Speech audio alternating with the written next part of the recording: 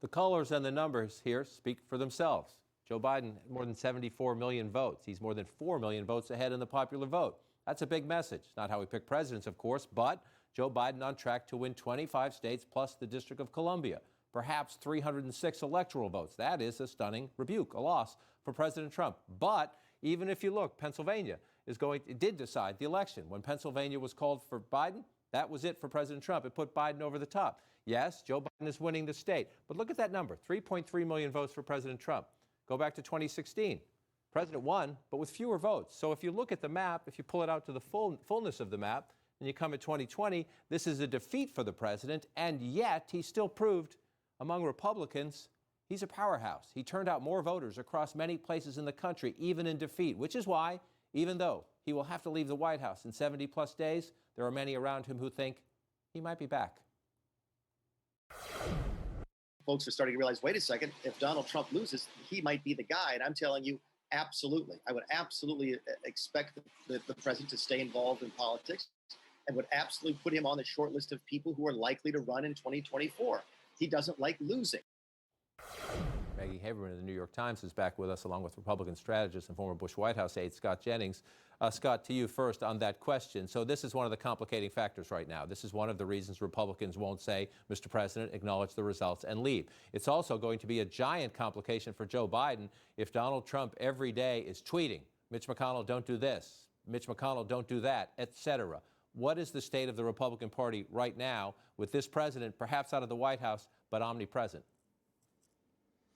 Well, I mean, the Republican Party is going to have to come to grips with the fact that he has actually changed the composition of the party. He's brought in new people, and they're going to want to hold on to those people while rekindling a relationship relationships that he's also driven away. So it is a hard thing. But the reality is, he got 93% of the Republican vote. He ran a much closer race than a lot of people thought was possible based on the national polling. And Republicans really do like his attitude, even if his policy influence will be waning once he leaves the White House. My advice for Donald Trump, frankly, is you have a chance to bounce back immediately. The next couple of big things that are going to happen in this country could happen on his watch. The next coronavirus relief package, if he wants to get engaged, could happen. And the vaccine could come to pass before he leaves office, or at least another step down the road.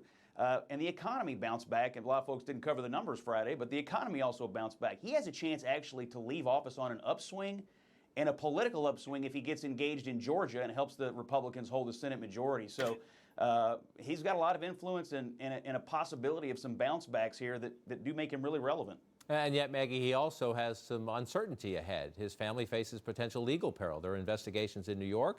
There are other questions as well. He will lose his immunity as President of the United States, or the ability that you don't bring a case against a sitting President of the United States. And we know his family is quite active. Already you see his sons, Don Jr. tweeting, the total lack of action from virtually all of the 24 GOP hopefuls is pretty amazing.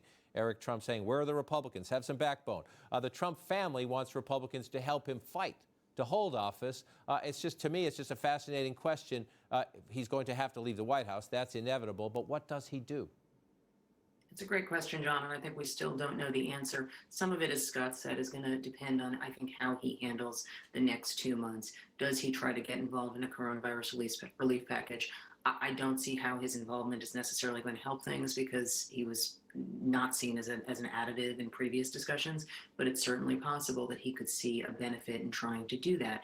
It's going to depend on what he wants and how involved he wants to be in the next 2 months. There is a coming runoffs in Georgia Senate races.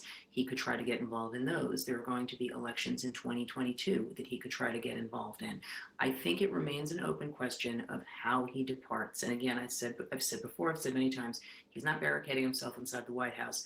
I do think you will hear a concession that is somewhat akin to how he gave a quote-unquote apology, and I'm using that word very loosely, for the birther lie about President Obama, where he basically said, yes, that wasn't true, but I was right in the end, or I was right to do this. You're going to hear something like that.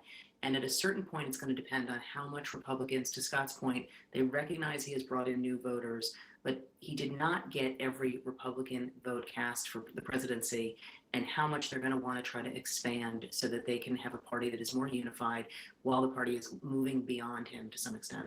And so, Scott Jennings, from a governing perspective, he used to work for Mitch McConnell. Does he listen to the former President Donald Trump, or do we get some of this? Listen.